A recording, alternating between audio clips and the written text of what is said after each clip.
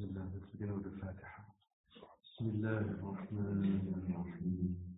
الحمد لله رب العالمين الرحمن الرحيم مالك يوم الدين إياك نعبد وإياك نستعين اهدنا الصراط المستقيم صراط الذين أنعمت عليهم غير المغضوب عليهم ولا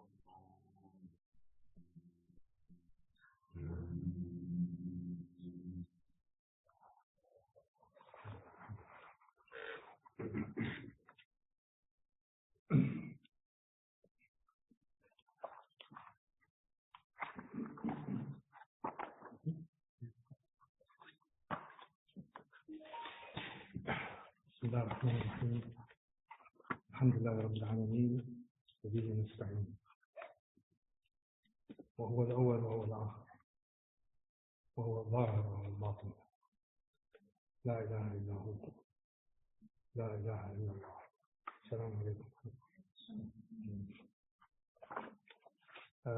I think the topic today is the Fusus al-Hikam of Arabi.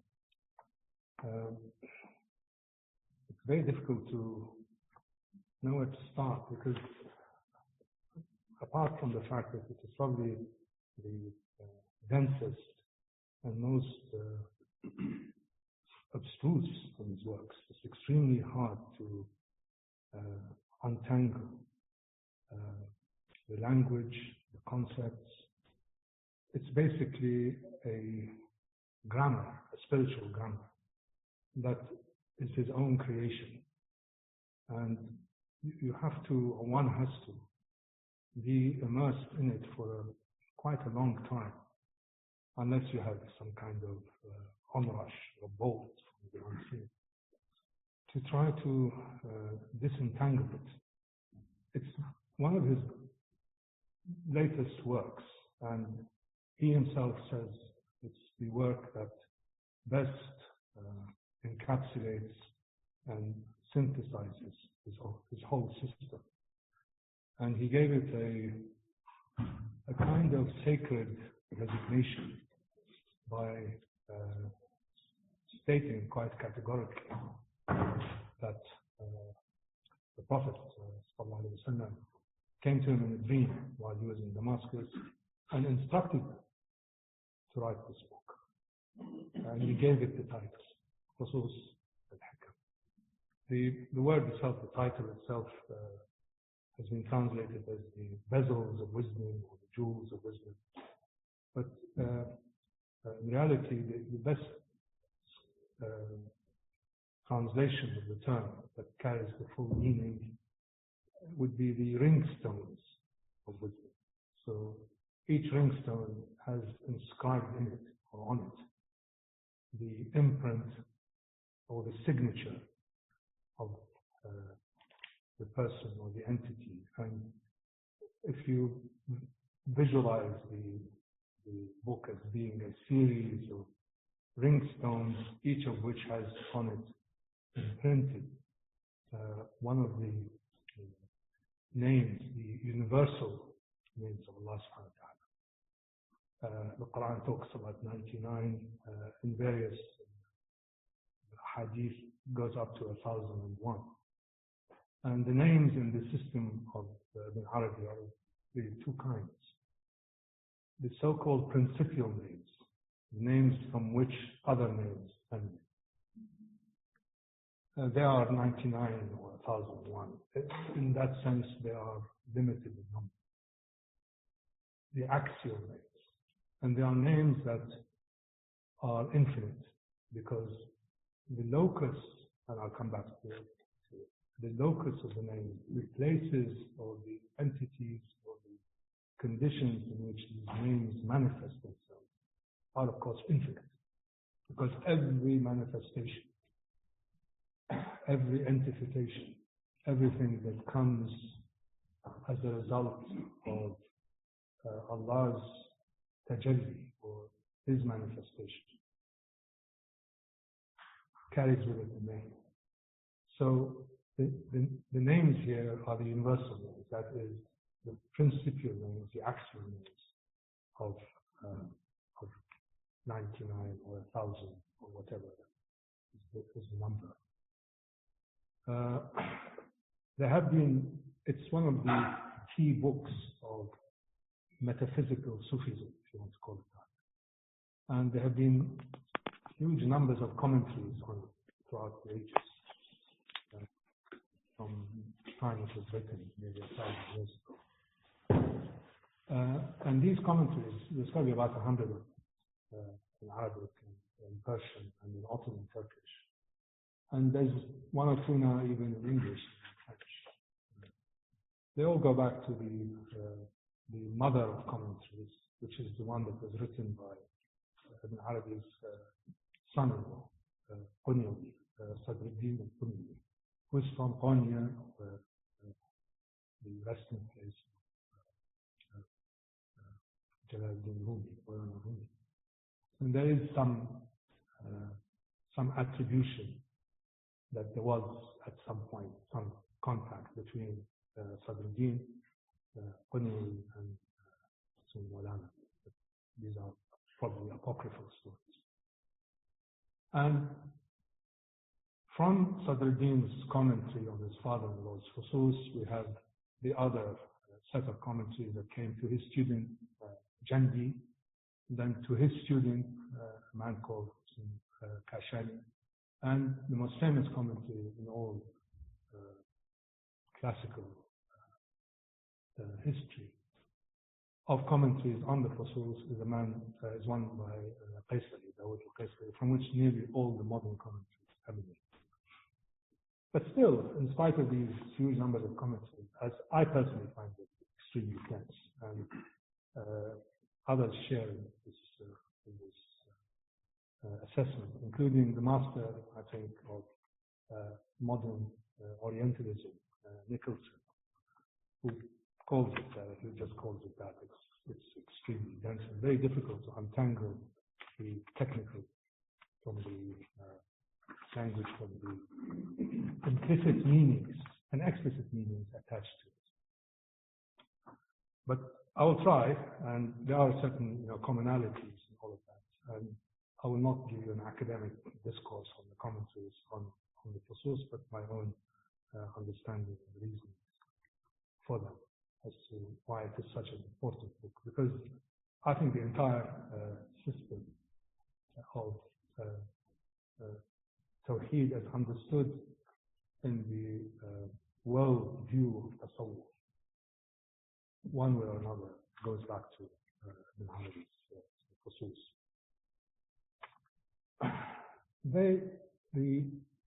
The book is divided into 27 sections. Each one of them has a heading, a chapter heading, which connects a name, for example, wisdom, or unicity, oneness, or mahabba, love, to a particular prophet. Now, you must not think of that prophet as being the carrier only of that particular attribute. Rather, the prophet in question is really the culmination or the consolidation of this particular name as it is manifested throughout creation. The first and last of the chapters, in my mind, are the most significant. The first one deals with Adam alayhi salam, and the last chapter deals with the Prophet Muhammad sallallahu alaihi wasallam. And it is in between are the unfolding of the names as they connect to the various prophets. So the first chapter, which is the longest chapter, is the chapter on Adam. And why is it a significant chapter? It's because here we must not think of Adam as just simply a prophetic being. He's basically the embodiment of the notion of the perfect man, the Insan al-Kamil, which we have come across, I'm sure, time and again. And all subsequent discussions or elaborations on the notions of the al-Insan al-Kamil, the complete man, the perfect man, or the perfect being, come from this description and this elaboration that comes into Ibn Arabi's exposition. So the first chapter is the quintessence of the wisdom of the name Allah in the logos, or in the essence of Adam. What does this mean? I mean, the headings themselves are a mouthful, but it is the idea that the divine effulgence, which comes in the form of wisdom, that wisdom is the anchor, one of the anchor names of Allah subhanahu wa ta'ala. Wisdom is one of them, power is another, unicity, oneness is another. Many names come from that. Wisdom is a fundamental, one of the fundamental definitions of all created entities, or all entities that are in the mind of the essence of Allah subhanahu wa ta'ala. And here we come to the first division, that is from the essence, from the unknowable, unknown essence. The first entification, as it were, into the possibility of knowing is wisdom. If we start from the premise that the nature or the essence of the one is unknowable, what becomes knowable is the notion of knowability, which is wisdom. And wisdom, therefore, the universe, the cosmic order, the order of the various heavens that comes from the first effulgence right down to, it's mentioned in the Quran and other books as the pen. The first is the writing or the reading. It comes from the pen. From the pen we go to the tablets. From the tablets we go down to the various realms of existence, from alam al-Jabarut, Malakut, from the realm of might and power to the realm of the imaginal, to the realm of the spirits, and then to the realm of the muwalladat, the realm of what is created, and then to human beings. This entire hierarchy, you have to think of it here in modular terms. This is not exactly as it's supposed to be, or could be, but it is in the knowledge of a person like Ibn Arabi that how the realm of being came into being from the unknown essence and came from the knowability of things. And the knowability of things is what gives wisdom its power, its force, its energy. So each name has in it the element of being known or could be known, and therefore wisdom is the root, one of the root names of Allah subhanahu wa ta'ala. So, in as much as the divine essence emerges in the form of divinity, so think of, in as much as you can encapsulate, the unknowable universe, the unknowable essence. The first, when it springs, how do we know things? When the first springing of it into life, into being, into something that can be known, is in fact the sum of Allah's divinity. So the sacredness of things in the first emanation is a wisdom. From that wisdom comes what is known as the known. For things to be known, you have to have a knower. Nothing can be known unless there is a counterpart. It's alam al-abdal, the world of duality, the world of opposites. Knower, the known has to have something, someone, some entity that knows. The lover has to have a beloved. The vision within the universal eye has to have something to look at. So in the world of creation, and here you must not think of the world coming into being as a result of nothingness, because that is not either his system or the system of all the great religions. Things don't come into being out of nothing. Things come into being as a result of the manifestations of the only being. This is really critical to understand the ideas we have in mind. There is only one being. We experience it in that being's manifestations in infinite forms and individual forms. In the form of knowing, which is the first emanation of the essence, the knower is the universal man, the universal prototype, who is called Adam.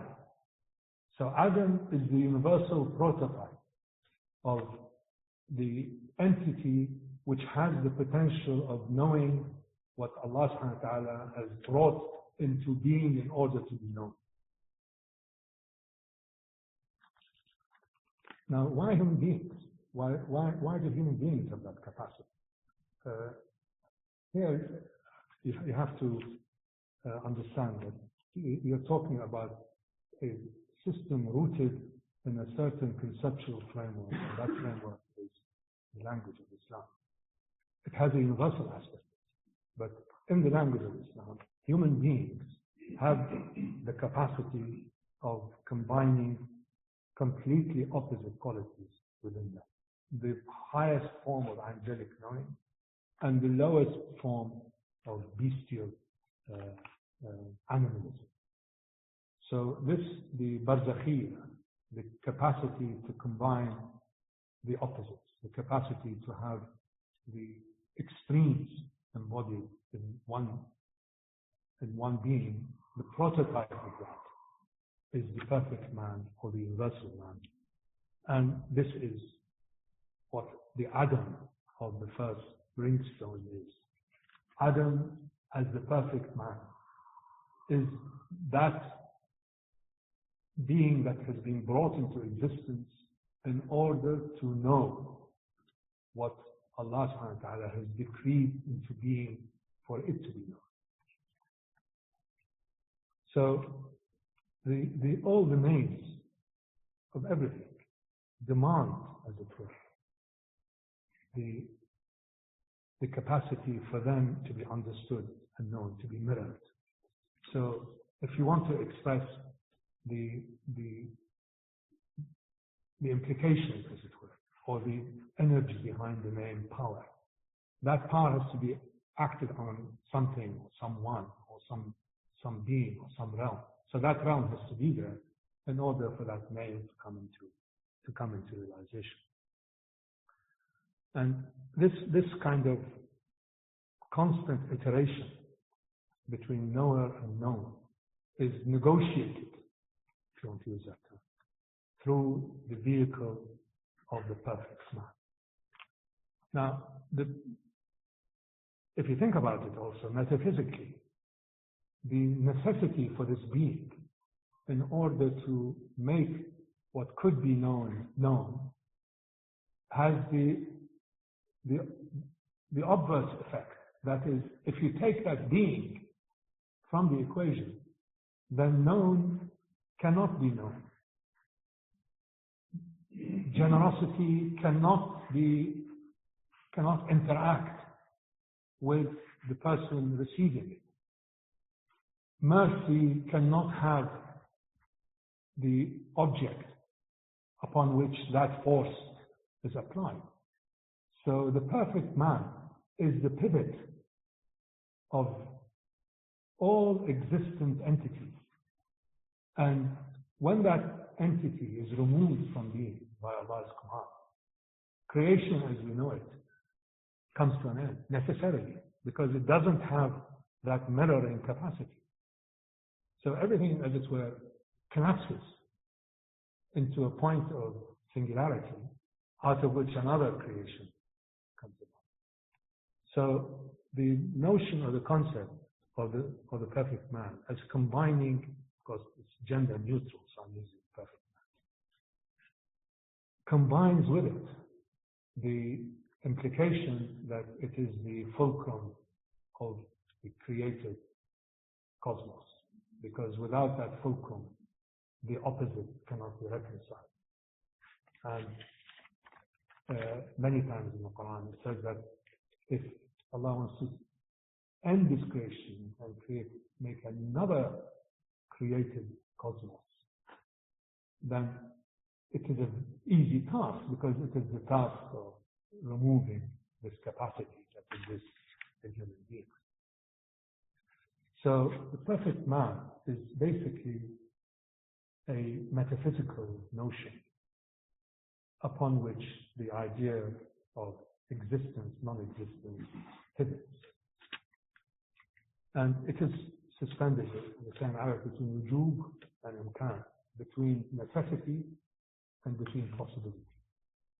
What is necessary is what is in the mind of essence, of which you know about.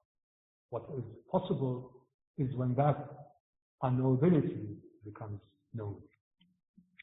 And if you think about it, the perfect mind is like a filter through which all of the manifestations of Allah subhanahu wa ta'ala are rooted by necessity in order to create the realm of the twos. And therefore, the realm of the twos is the realm of comprehensibility for us. So, the zahir and the batin, the manifest and the hidden, the outward and the inward, the light and the dark, are all negotiated through this office, if you want to think of it like the office of the perfect man. Now, this concept is also filtered a lot into more esoteric forms of religiosity. So when you hear some people speak about the perfect man, or some of the imam, the final imam, is the way in which the unknowable essence views the world. Now, the unknowable essence views the world through the Ism Jami', the common name that combines everything, which is the name of Allah. So Allah views the world, the totality of divinity, which is encompassed in that name, sees the world through the perfect man, and vice versa. The world sees the attributes through this perfection. So, the perfect man here is Adam. Not necessarily the Adam who is of the Quran or of the Bible, but the Adam in the sense of the being, the identification of the being of known that brings together the known and the knower and the known. Creation and uncreation.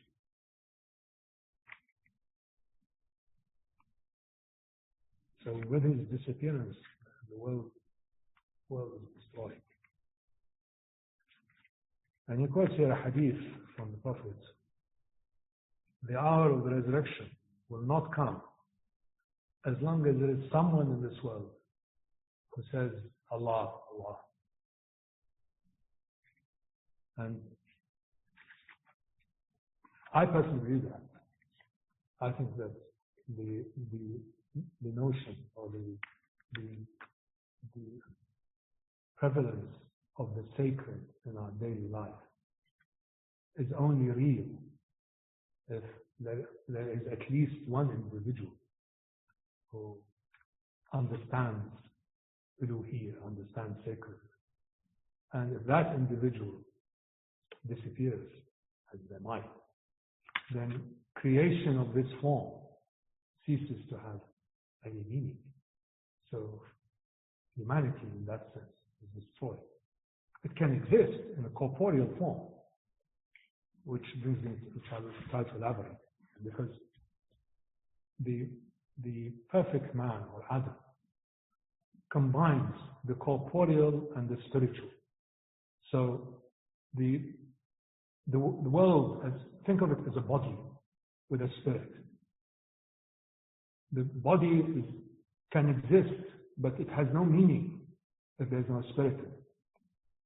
And the spirit needs a body which can reflect its powers of being and of creativity. So if we think of the world as needing meaning in order to subsist beyond corporeality, in order to have a spiritual essence to it, then that coupling mechanism, which is the barzakhiyya or the isthmus of the perfect man, becomes essential to the functioning of the system as a whole. And if that is lost, even though the world continues as it seems to be, but a world in which one individual does not understand and reflect the divine purpose is no longer a world of meaning. It's a world which has come into being, but it is not a world that has in it the capacity of knowing. I'll translate here from one of the sections on the ringstone of Adam. As long as the perfect man is in this world, the world is preserved and the divine treasury is protected.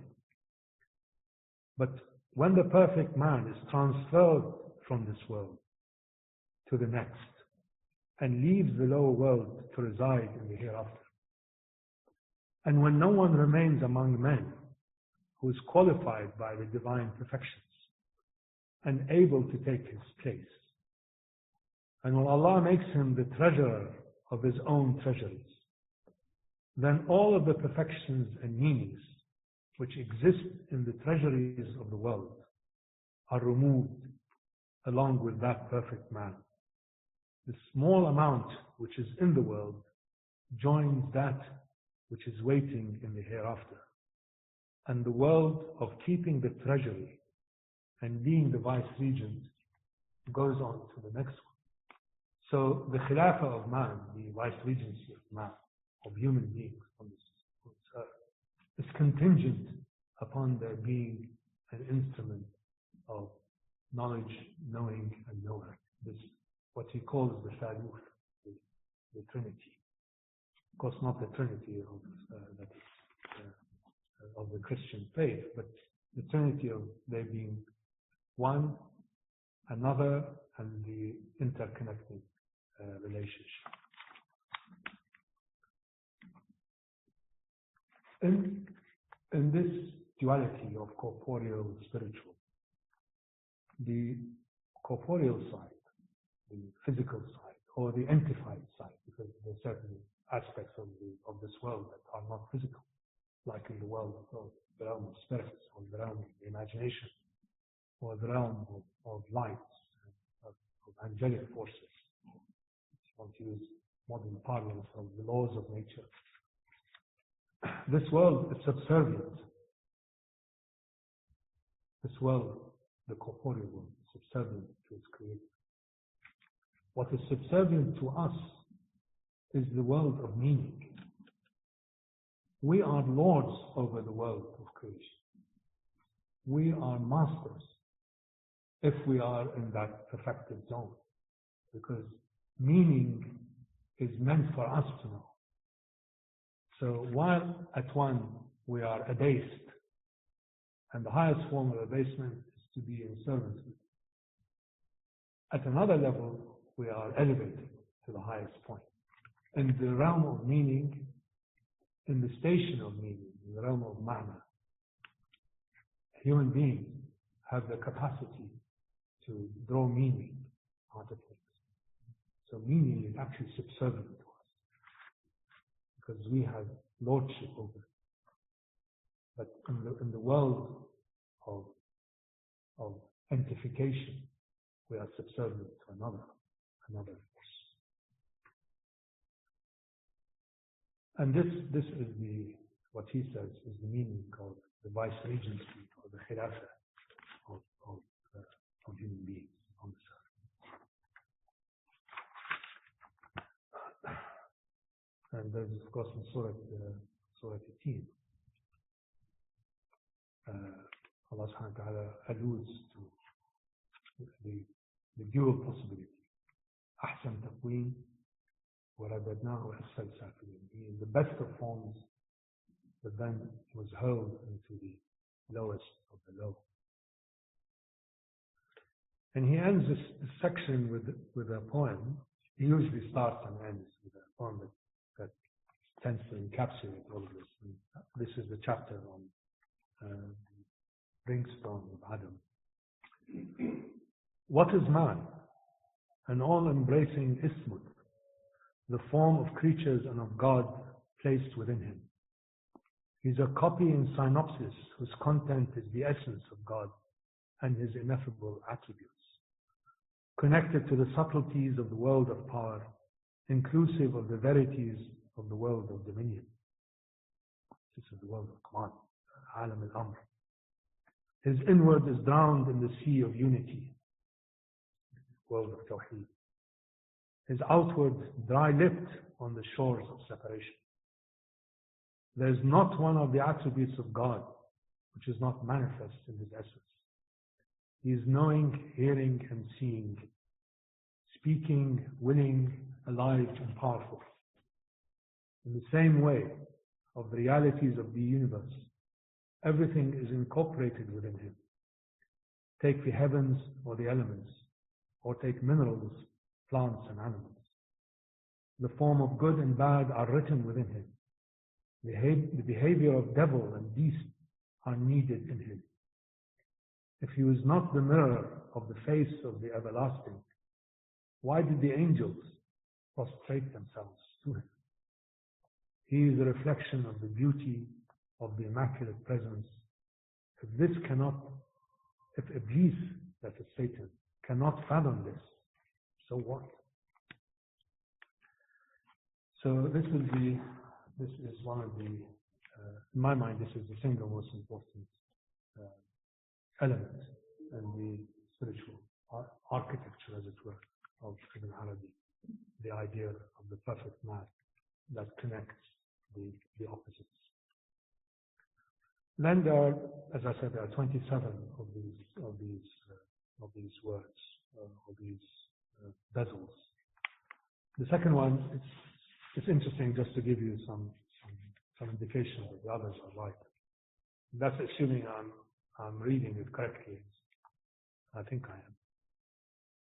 Second one is to do with Seth, or sheaf. He's buried in Mosul, actually. That's what the people from Mosul say. And the ringstone is called al-Hikam al-Nafathiyya, which Nafathi means a jet also in Arabic, but it's been translated here as the quintessence of the wisdom of inspiration and expiration in the logos of Seth. So we start with Adam and the first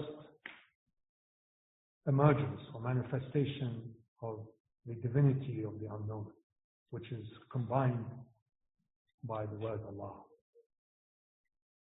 The second wave, as it were, or the second expression, is when the divine attributes manifest themselves in more particular forms. And he said, in Arabic says, the second form in which this is manifested is at the level of bestowing. So Allah subhanahu wa ta'ala manifests in the possibility of knowing. And then the second of his manifestation is he gives the power to the knower to know. So bestowing or giving, inspiring, giving the knower the power to know is the second effulgence, if you want to call it that, of the divine unity. And that is connected to the Prophet said, I think because of the Cain and Abel story, And Seth is one of the children of Adam after Cain killed Abel. And this idea of the notion that the knower needs to be given the power to know, or is inspired to know, that potential is given to him by Allah subhanahu wa ta'ala. So the second manifestation is a manifestation of fail or effulgence or wahab, which is bestowing. And Allah subhanahu wa ta'ala bestows the possibility of knowing at the second level of the unfolding of the divine system, as it were, or the comprehensible divine system. So it is the core of the way in which manifestations, which are the central pivots of creation. As I said, creation is not from nothing. Allah subhanahu wa ta'ala is always in a creative act.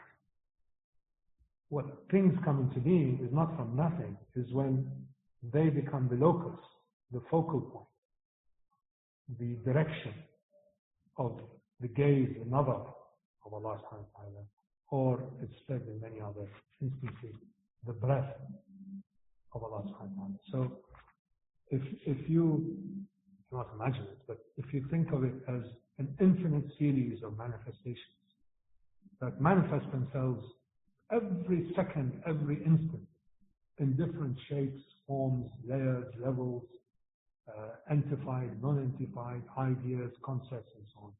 These are ways in which the infinite deals with the contingent. And what I'm saying now, what I'm talking about now, is a way of trying to understand the capacity of trying to understand, to make some intellectual or emotional or rational or supra-rational sense of it. That capacity, I'm sure many of you have wondered where this capacity comes from. That capacity of knowing, that capacity of interacting, that capacity of cognition is a gift, is a bestowal. And that comes, or that's connected in his system, the Fusus al-Hikam, with the Prophet Seth. So when you think of the manifestations or the tajalliyat of Allah subhanahu wa ta'ala, think of it also in terms of where that capacity for cognition comes from. And that comes from the gaze on things to bring them into the picture. So the kun, the be, is not be from nothingness, ab initio, out of the void. It is the be of emergence. Things emerge into being. They not emerge out of nothing. There is nothing. There is only one. The third level is he connects with the Prophet Nuh. It's called the quintessence of the wisdom of the most glorified in the logos of Nuh, of Noah. Here it becomes a bit more abstruse because this particular effulgence is to do with the idea of purification. Allah is described frequently by Gnostics as being both very, very proximate, which is tashbih. He's as close to you as your jugular vein. Or he's described as being so distant, far, and so purified and exalted. So this twinning, as it were, understanding the twinning of he, not he, is brought into being by this third effulgence, which is the effulgence of tanzih, of purification. so that we are able to situate this between the two, between the nearness and the farness, between the proximate and between the far, between the exalted and between being as close to you as the jugular vein. And many of these links or claims that he makes regarding why this particular prophet is a peculiar reading of these prophetic stories, mainly in the Quran, and how these links are made. The fourth one is to do with the prophet Idris. Idris is a very, he's a strange, in some ways, a mysterious prophet, because he's only mentioned once in the Quran. But it's a lot of things have been attributed to him. A lot of the I mean, he's also equated to the Hermes in Greek,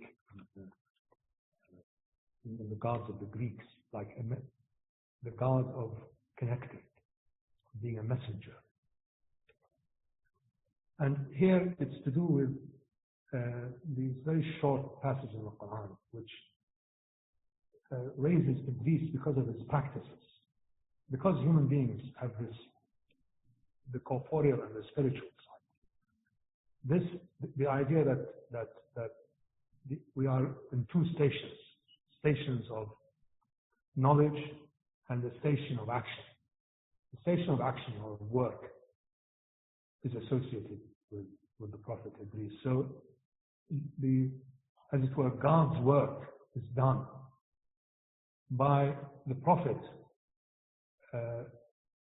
undergoing enormous ascetic exercises, which is how Idris was able to overcome his corporeal sense and allow his spirit to rise to the highest level through a process of bestowal.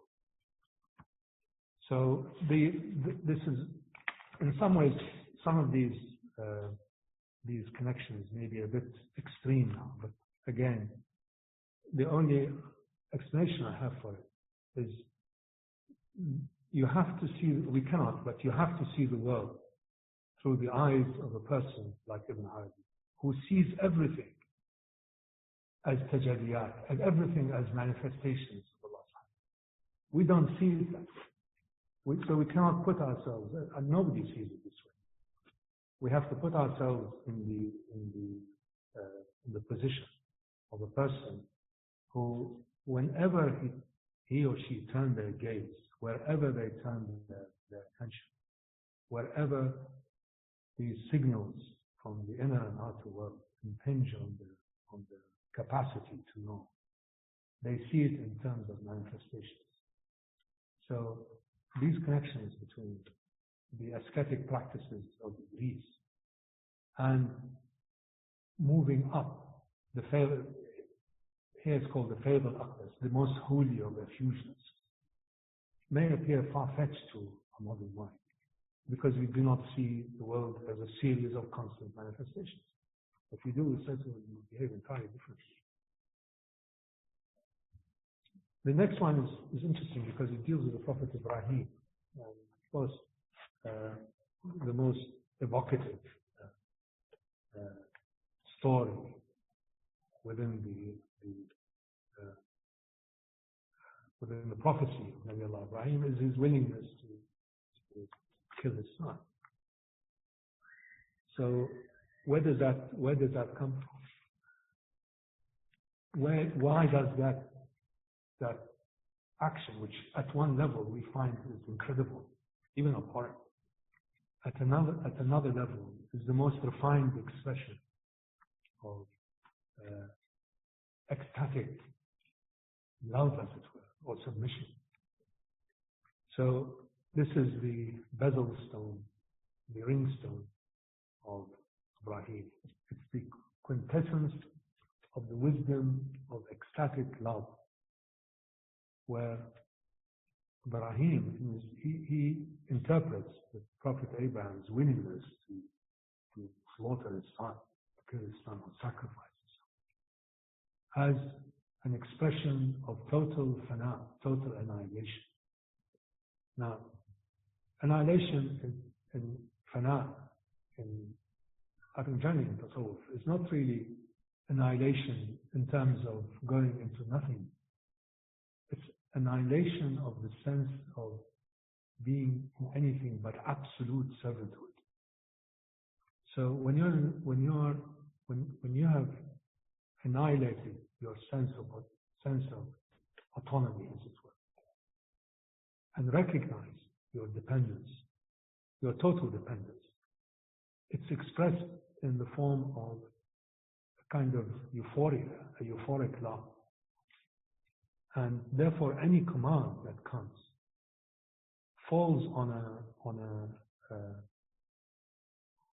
a tableau that can only respond in a completely uninterrupted, unaffected way towards that signal. So what appears to us as astounding or abhorrent is completely acceptable, completely smooth, easy to that person. So he, the Prophet, annihilated, he had this fana of all of his attributes of lordship, leaving only servanthood. So when commanded to do this, unflinchingly done. That is the culmination of the idea of, or the experience of ecstatic love. And of course, it comes in poetry in various forms, candles and moths and things like that. But this is the metaphysical recognition of it. Of course, okay, so we'll pause here and open up for questions. We'll continue with we'll continue through with other sessions.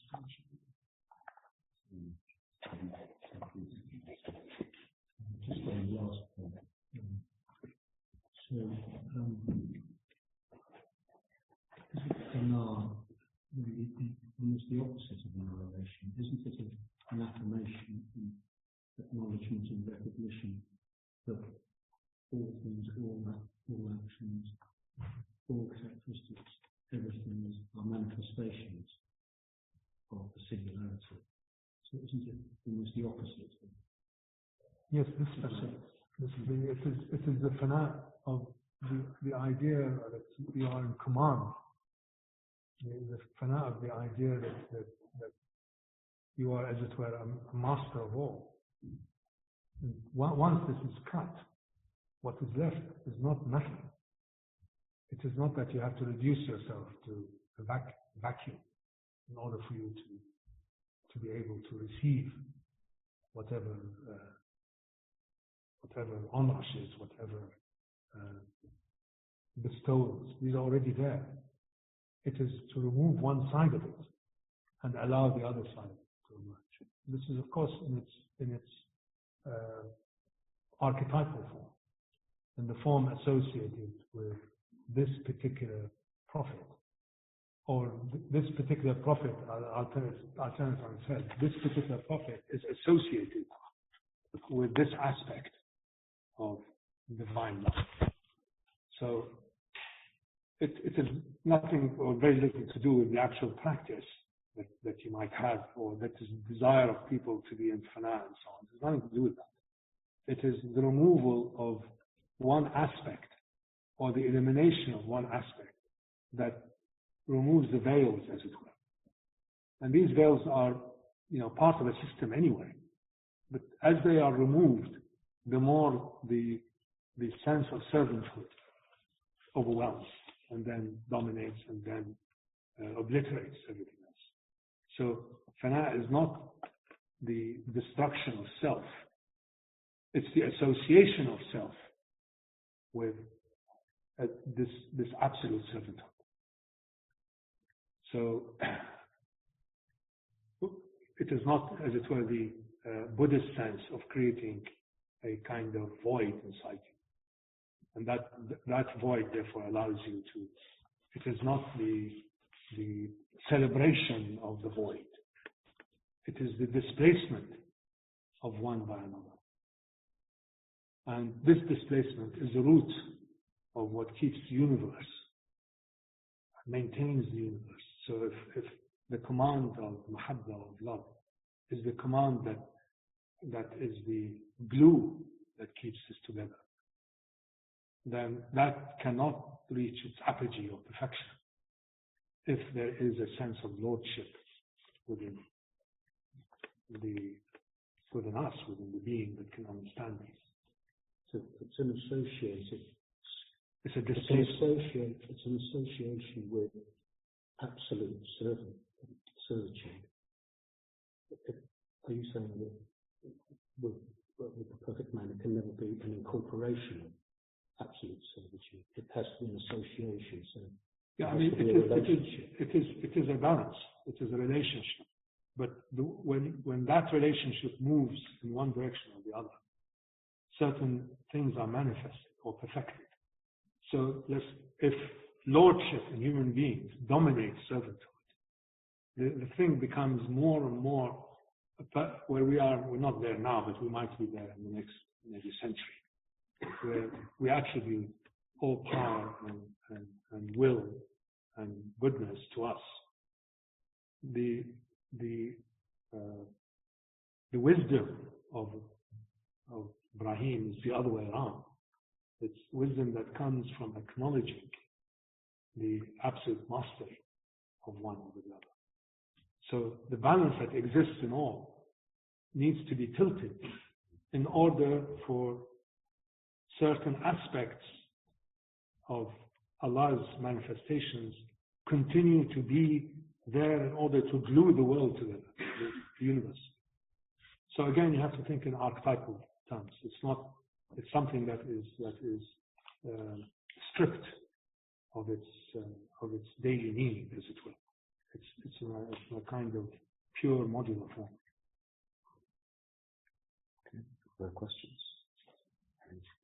Just on that same thought, perhaps you could talk a little bit about how we interpret or use the word takhallul.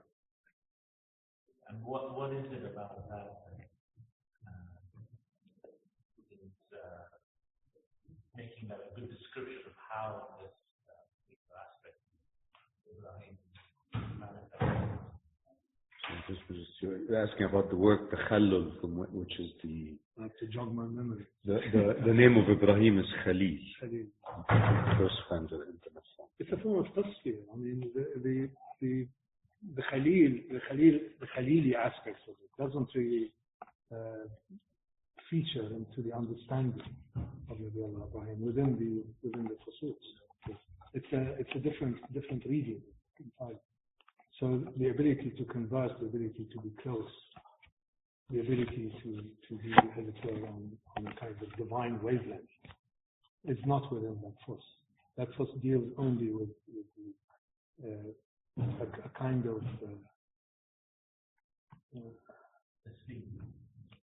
it's a purification of I mean, it combines the other 3 or 4 qualities. I think maybe Hani is asking because he begins the chapter with that, with Takhallul, I think. Yes, I think you can see. I don't have the Irish of me. I have it.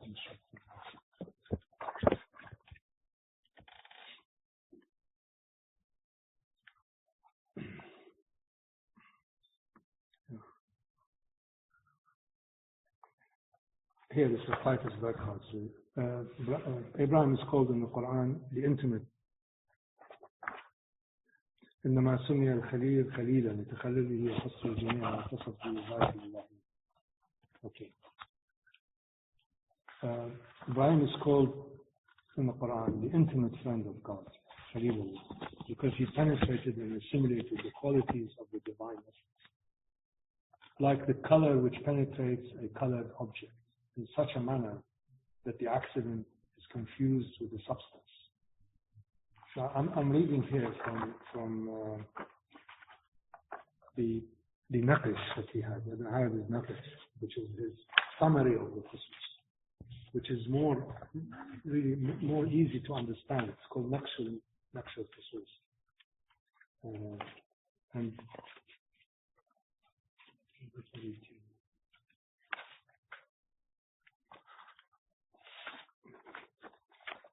this is translation for me. Since Abraham had realized the state of annihilation, in God, and since it is possible that someone might imagine that he who has attained annihilation is purely and simply nothing, and nothing cannot be described by positive attributes, the Shaykh rejects this notion with his words. There is no escape in the station of annihilation in God from affirming the real existence of the servant who has been annihilated within him, since here by annihilation is not meant that the existence of the servant becomes absolutely nothing. So my commentary is based on Ibn Arabi's summary of his, because he probably thought that nobody is understanding it. So if we don't understand his explication, I don't think we get very far.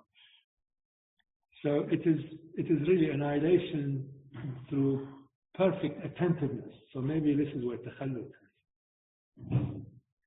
But I must say the Naqish does not relate to the Fusus all the time. It's like a different gloss of it. That's a translation by Chittick. William Chittick. He's the premier scholar in Arabic. Other questions? Comments? Friends online, anybody want to ask a question?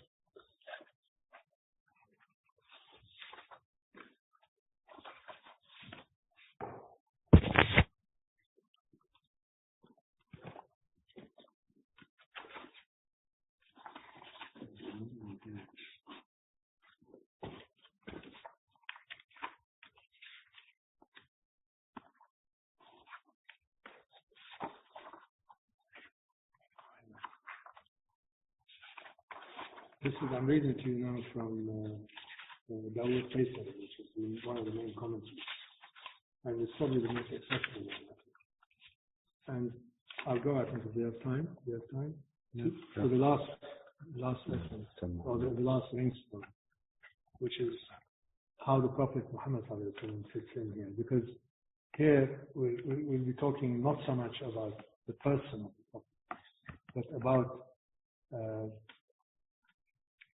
the Muhammadi path, or the Muhammadi light, which is the current motif or the current term in Tasawwuf, is the light. I'm sure you've come across it, the light of Muhammad, and it is usually expressed as being the idea and centrality of prophecy, and the essence of prophecy existed before prophets came into being. And this is again a hadith on that, is that the Prophet said that he was a prophet before Adam came out of clay and water. So here we're talking about the ultimate mechanism, as it were, that connects one of Allah's names that we cannot see how it relates to human beings, and this is the ahadiyya, the singularity of Allah subhanahu wa ta'ala. So how can singularity, ahadiyya, be expressed in terms of creation? Because one, how can you duplicate from one? So in fact, the Arabi says in the Futuhat that we will never understand one. Out of one, we can understand duality, which is two. And then the first singularity is not one, which is properly belongs to the essence, but three. But anyway, it's neither here nor there. So this singularity of the Prophet, the the ringstone of singularity is associated with the Prophet Muhammad sallallahu alaihi wasallam. And he says here, this is the wisdom of singularity was singled out for Muhammad because he was the first entification through which the unique essence became entified before any other entification. So the first and last, the Zahir and Batin, the reflection of that, of the first and last, is in the metaphysical notion of the prophecy and the finality of prophecy. So the finality of prophecy is a reflection of the way in which the One moves through time, moves through history, moves through the layers of creation. So oneness, in prophetic terms, passes through the channel that we know of as the prophecy of Muhammad sallallahu alaihi wasallam. So that is where the light from which all other prophets draw.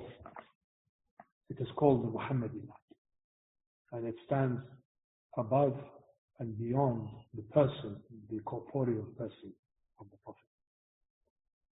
So through him, the other entifications, infinite in number, became outwardly manifest. So all the hierarchies of being, all the entities that came into existence as a result of the Amr, as a result of the command, are multiplications of the One. They are the One that expands, repeats, and forms the others. And in the way that it can be known, in the way that it can interact with those that know it, it interacts through the Nur al-Muhammadi, through the prophetic light. So it is the finality of that prophecy is embedded in its formal creation. It is a constituent component of its light, that it is like one is the final base of all. Then in prophetic terms, this is manifested through the hikmah or the wisdom of Muhammad.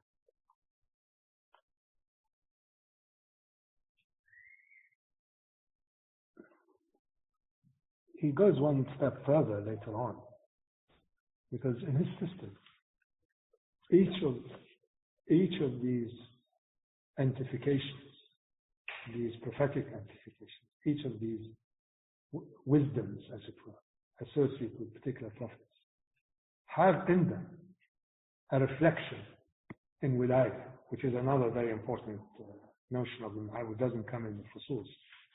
And wilayah is a form of continuation by other means, if you want to call it that.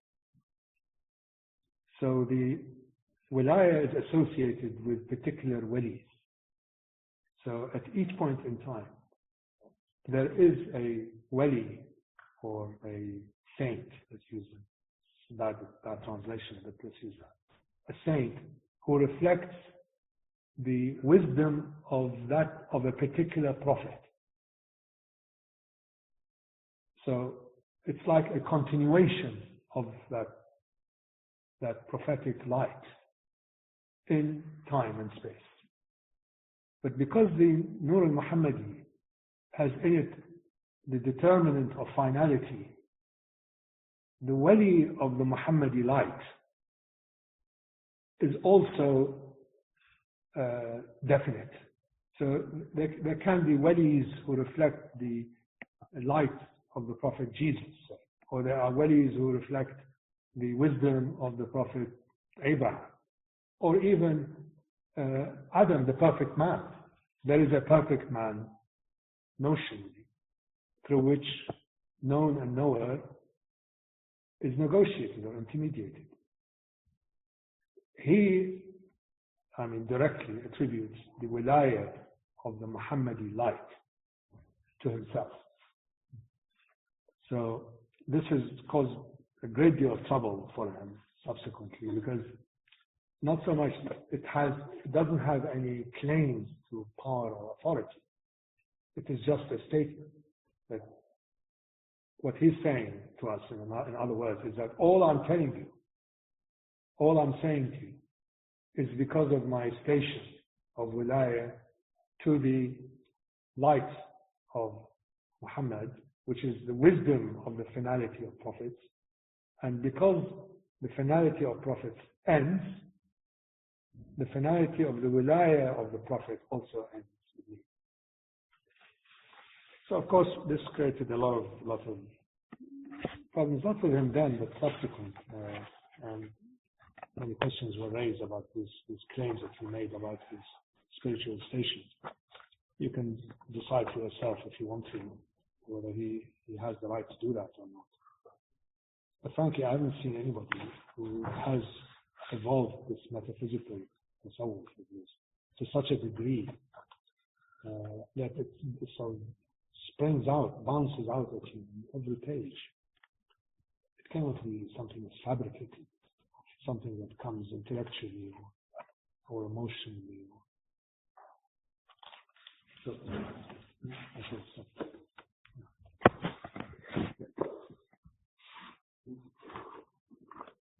One more. Go ahead. This concept of finality as represented by the Prophet. You read out an extract from Chizik where he speaks about the assimilation of the qualities of the one. How do you reconcile this concept of finality with an assimilation of an entity that's in fact eternal, the concept of eternity? How does one reconcile the two, or are you not supposed to reconcile the two? No, it's not contradictory. These are. You have to separate the unknowable essence from the manifestations, which must be known. They must be known, otherwise there will not be manifestations. So the unknowable essence manifests as a singularity. That's how we as human beings try to understand God. But in this way, in this system, astaghfirullah, I shouldn't say that, but there is a divine essence that goes beyond our getting our hand around the concept of the deity. So the deity to us is basically what we are allowed to know about the unknowable. And one of the terms that we try to, in some ways, limit the unknown is by calling the unknown one, or singular, or unity, or unicity, or whatnot. So there's a certain singularity to it. Now, we understand when I say something is singular, we all think we know what that means. So even eternity, we think we can get our hands around the idea, sort of. But eternity, these are just attributes.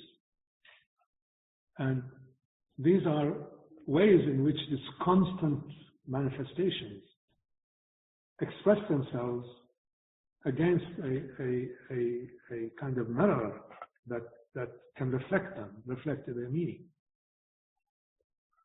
So the reflection of the meaning of singularity in terms of its comprehensibility is the uniqueness of prophets. Because what are the functions of prophets? Functions of prophets are primarily or exclusively to reflect in ways that are comprehensible the infinite manifestations to human beings. In as much as one of the manifestations is singular, and therefore cannot be repeated. It is reflected in the wisdom of what he calls the wisdom of the Prophet Muhammad. Hence finality, because it's unrepeatable. Okay, so just one final question from friends online here. Can you recommend an English reference and an Arabic one for people to want to read this? The actual text? Yeah, and as far as like like Chetik or... in Arabic, the most famous one is the edited one by al-Afifi, and he has in it a very good sharh. What's the title? Fusus al-Hikam, sharh wa-tafsir, something like that. But, okay.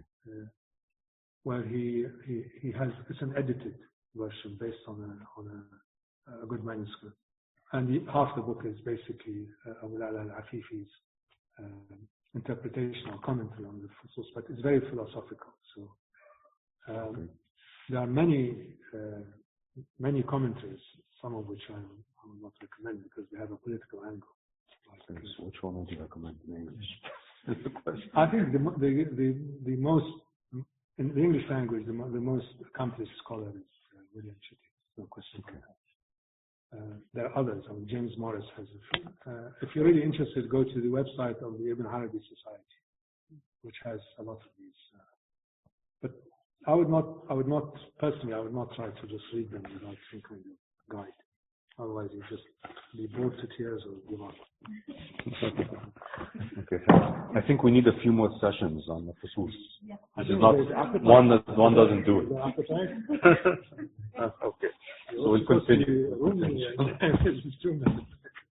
Inshallah. Okay, thank you so much. Sorry? I've come across Archer interpretation. NP Archer.